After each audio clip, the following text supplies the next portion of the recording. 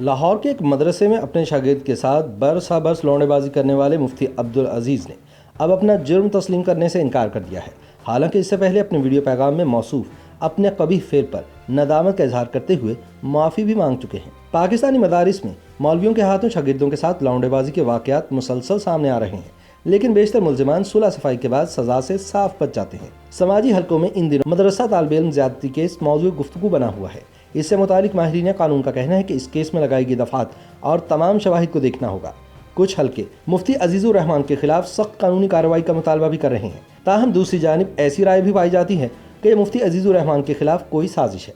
تاہم حقیقت یہ ہے کہ مفتی نے اپنے ایک ویڈیو پیغام میں تسلیم کیا تھا کہ وہ طالب علم کو بلیک میل کر رہا تھا اور سال ہر سال سے اس کے ساتھ جنسی زیادتی کر رہا تھا، جس پر وہ شرمندہ ہے۔ لیکن اب ملزم نے مقامی عدالت میں اعتراف جرم سے انکار کرتے ہوئے کہا ہے کہ اس کے خلاف سازش کی گئی ہے۔ خیال رہے کہ حال ہی میں لاہور کے جامعہ منظور الاسلامیہ کے محترم مفتی عزیز الرحمان کی ایک بارش طالب علم سے زیادتی کی ویڈیو منظر عام پر آئی تھی، جس کے بعد مقامی پولیس نے ملزم کے خلاف تعزیرات پاکستان کی دفعہ 377 اور 506 کے تحت مقدمہ درج کیا تھا۔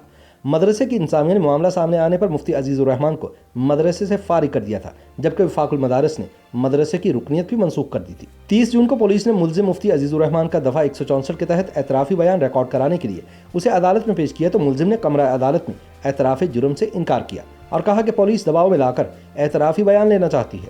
جوڈیشل میجسٹریٹ شاہد کھوکھر کے روبرو ملزم نے اپنے بیان میں کہا کہ اس کے خلاف مدرسے کی انتظامیہ نے سازش کی ہے، جبکہ پولیس نے اپنے بیان میں کہا کہ ملزم سے تفتیش مکمل ہو چکی ہے، اس لیے ملزم کا مزید جسمانی ریمانڈ نہیں چاہیے۔ تاہم کسی نے مفتی عبدالعزیز سے نہیں پوچھا کہ کیا اس سے پہلے اس کی جانب سے اپنے کیے پر معافی مانگنے والی ویڈیو بھی کسی دباؤ میں بنائی گئی تھی۔ یاد رہے کہ پاکستانی قوانین کے مطابق بدفعلی، جنسی زیادتی اور ایسے دیگر کیس فوجداری مقدمات کے زمرے میں آتے ہیں، لیکن پاکستان میں ایسے بیشتر کیسز رپورٹ ہی نہیں ہوتے، اور جو ہوتے ہیں ان میں یا تو فریقین میں صلح ہو جاتی ہے یا طویل عدالتی کارروائی کے باعث ملزمان بری ہو جاتے ہیں۔ اس حوالے سے فوجداری مقدمات کے ماہر قانون محمد شفیق ایڈوکیٹ نے بتایا کہ دفعہ 377 کے تحت اگر کوئی بالغ فرد کسی بالغ شخص کے ساتھ جنسی زیادتی کرتا ہے تو زیادہ سے زیادہ سزا عمر قید، جبکہ اس دفعہ کے تحت نابالغ لڑکے کے ساتھ بدفعلی کی سزا پھانسی ہے۔ پاکستان میں انسانی حقوق کی غیر سرکاری تنظیم human rights commission of Pakistan کے سیکریٹری جنرل حارث خلیق سمجھتے ہیں کہ پاکستان میں ایسے کیسز کا بنیادی تعلق فریقین کی معاشی حالت سے ہے۔ وہ کہتے ہیں کہ جنسی زیادتی کے کیس زیادہ تر غریب بچوں کے ساتھ پیش آتے ہیں، جن کے والدین اپنی غربت کی وجہ سے تعلیمی اخراجات برداشت نہیں کر پاتے اور اپنے بچوں کو مدارس میں داخل کرا دیتے ہیں۔ حارث خلیق کے بقول معاشی پستی کے شکار متاثرہ فریق کے پاس ملزم سے صلح کرنے کے علاوہ کوئی راستہ نہیں بچتا۔ ایسے کیسز میں ملزمان متاثرہ فریق کو پیسے دے دیتے ہیں۔ قانونی ماہرین کے مطابق مفتی عزیز الرحمان کے کیس کے دو پہلو ہیں۔ ایک پہلو ویڈیو کا ہے جس میں بظاہر یوں لگتا ہے کہ متاثرہ شخص کی مرضی سے سب کچھ ہو رہا ہے اور ایسی صورت میں قانون کے مطابق سزا نہیں ہوگی۔ ماہرین کے مطابق کیس کا دوسرا پہلو پولیس مقدمے کا ہے۔ FIR کے متن کے مطابق متاثرہ شخص کا موقف ہے کہ اسے بلیک میل کیا گیا تھا۔ ایسی صورت میں دفعہ 377 موجود ہے۔ شفیق بلوچ ایڈوکیٹ کہتے ہیں کہ بدفعلی کے کیسز میں عموماً عدالتی کارروائی 3 سے 5 سال پر محیط ہوتی ہے۔ اگر کوئی خاص کیس ہو تو اس کی عدالتی کارروائی جلد بھی مکمل ہو جاتی ہے۔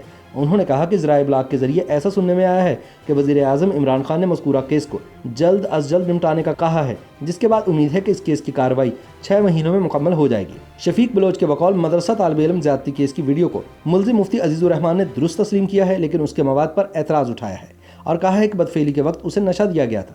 انہوں نے کہا کہ اس طرح کے کیسز میں ملزم اور متاثرہ شخص کی طبی رپورٹس خاص اہمیت رکھتی ہیں، لیکن مذکورہ کیس چونکہ خاصا پرانا ہے اس لیے اس کیس میں میڈیکل رپورٹ کی اہمیت کم ہو جاتی ہے۔ انہوں نے کہا کہ اس کیس میں یہ بات بھی اہم ہے کہ اگر بدفعلی کی ویڈیو دونوں افراد کی مرضی سے بنائی گئی ہے تو ایسی صورت میں جرم کا مرتکب وہ شخص ہے جس نے اس ویڈیو کو پھیلایا ہے، کیونکہ ان کے بقول ایسی صورت میں کسی کی ذاتی زندگی کو منظر عام پر لایا گیا ہے اور ایسا سائبر کرائم کے زمرے میں آتا ہے۔ دوسری جانب secretary general human rights commission of Pakistan کہتے ہیں کہ صاف اور شفاف عدالتی کارروائی ہر ایک کا حق ہے۔ ایک سنجیدہ عدالتی کارروائی کے بعد کوئی بھی شخص کسی بھی جرم کا مرتکب ہو اس کے خلاف کارروائی ہونی چاہیے۔ غیر سرکاری تنظیم ساحل کے مطابق پاکستان میں روزانہ 8 بچوں کو زیادتی کا نشانہ بنایا جاتا ہے، جن میں 49% لڑکے اور 51% لڑکیاں شامل ہوتی ہیں۔ 2019-20 کی رپورٹ کے مطابق پاکستان کے چاروں صوبے میں بچوں کے خلاف 2960 بڑے جرائم رپورٹ ہوئے، جن میں بچوں کے ساتھ جنسی زیادتی، اغوا، لاپتہ بچے اور بچپن میں شادیوں جیسے جرائم شامل ہیں۔ ساحل نے 2020 کی رپورٹ رواں برس اپریل میں جاری کی تھی، جس میں دعویٰ کیا گیا تھا کہ 2019 کے مقابلے میں 2020 میں